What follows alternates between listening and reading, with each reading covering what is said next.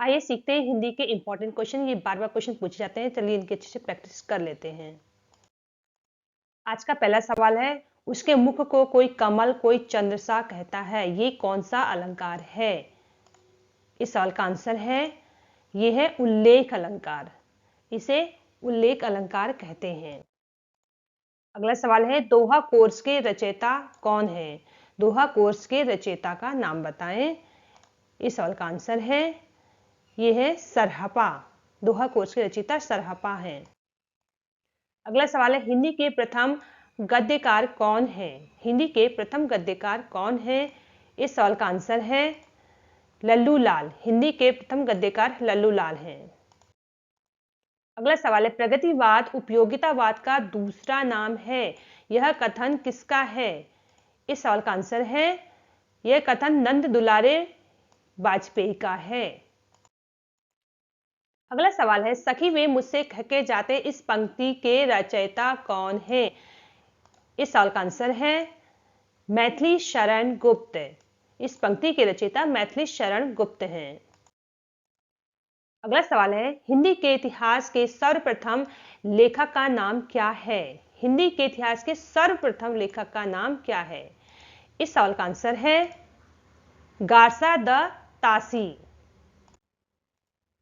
अगला सवाल है, आंचलिक रचनाएं किससे संबंधित हैं? इस सवाल का आंसर है क्षेत्र विशेष से। आंचलिक रचनाएं क्षेत्र विशेष से संबंधित हैं।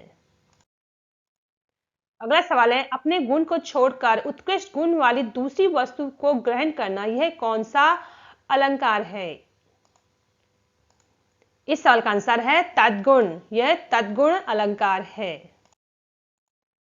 आपका अगला सवाल है, संस्कृति के 4 अध्याय यह किसकी रचना है? संस्कृति के 4 अध्याय यह किसकी रचना है?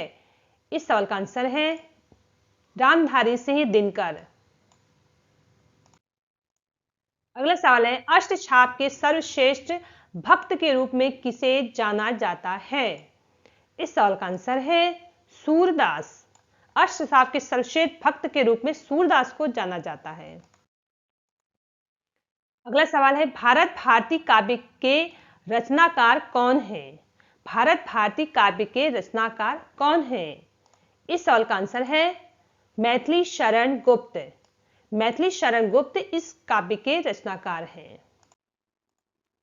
आपका अगला सवाल है, नयन जो देखा कमल सा निर्मल नीर शरीर, हंसत जो देखा हंस भा दसन ज्योति नग हीर, इस पंक्ति के रचयिता कौन है? इस सवाल का आंसर है जायसी। प्रस्तुत पंक्ति के रचयिता जायसी हैं। अगला सवाल है, हिंदी का प्रथम व्याकरण ग्रंथ किस सदी में आया? इस सवाल का आंसर है चौथी सदी। यह चौथी सदी में आया। अगला सवाल है, मगध काव्य की रचना किसने की थी? इस सवाल का आंसर है श्रीकांत वर्मा। श्रीकांत वर्मा ने मगध काव्य की रचना की थी। अगला सवाल है, भारत माता ग्राम वासिनी प्रसिद्ध पंक्ति किसकी है? भारत माता ग्राम वासिनी प्रसिद्ध पंक्ति किसकी है? इस सवाल का आंसर है सुमित्रा नंदन पंत। अगला सवाल है, निम्न में से कौन द्विवेदी युग का कवि नहीं है? कौन द्विवेदी युग का कवि नहीं है? इस सवाल का आंसर है सुमित्रा नंदन पंत। सुमित्रा नंदन पंत द्विवेदी युग के कवि नहीं है। अगला सवाल है, प्रथम सूफी प्रेमाख्यान काव्य के रचयिता कौन है? प्रथम सूफी प्रेमाख्यान काव्य के रचयिता कौन है? इस सवाल का आंसर है मुल्ला दाऊद। अगला सवाल है, छायावादी युगीन रचनाकार कौन है? इस सवाल का आंसर है निराला। निराला छायावादी युगीन रचनाकार है। अगला सवाल है, सूफी काव्य के प्रतिनिधि कवि कौन है? सूफी काव्य के प्रतिनिधि कवि कौन है? इस सवाल का आंसर है जायसी। जायसी सूफी काव्य के प्रतिनिधि कवि हैं। अगला सवाल है, निराला को कैसा कवि माना जाता है? तो इस सवाल का आंसर है क्रांतिकारी। निराला को क्रांतिकारी कवि माना जाता है।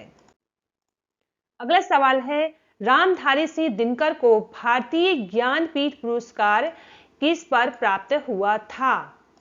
इस सवाल का आंसर है उर्वशी। रामधारी सिंह दिनकर को उर्वशी पर पुरस्कार प्राप्त हुआ था। अगला सवाल है, महाप्रभु वल्लभाचार्य के शिष्यों का वृत्तांत किस ग्रंथ में है?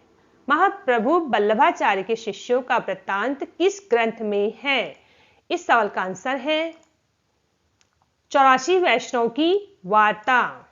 84 वैष्णव की वार्ता। अगला सवाल है, मिलजुल मन उपन्यास के लेखक कौन है? मिलजुल मन उपन्यास के लेखक कौन है? इस सवाल का आंसर है मृदुला गर्ग। मृदुला गर्ग इस उपन्यास के लेखक हैं। अगला सवाल है, संत काव्य के प्रतिनिधि कवि कौन हैं? संत काव्य के प्रतिनिधि कवि कौन है? इस सवाल का आंसर है कबीरदास। कबीरदास जी को संत काव्य के प्रतिनिधि कवि के रूप में जाना जाता है। अगला सवाल है, कवियों में रीति सिद्ध कवि कौन है? रीति सिद्ध कवि कौन है?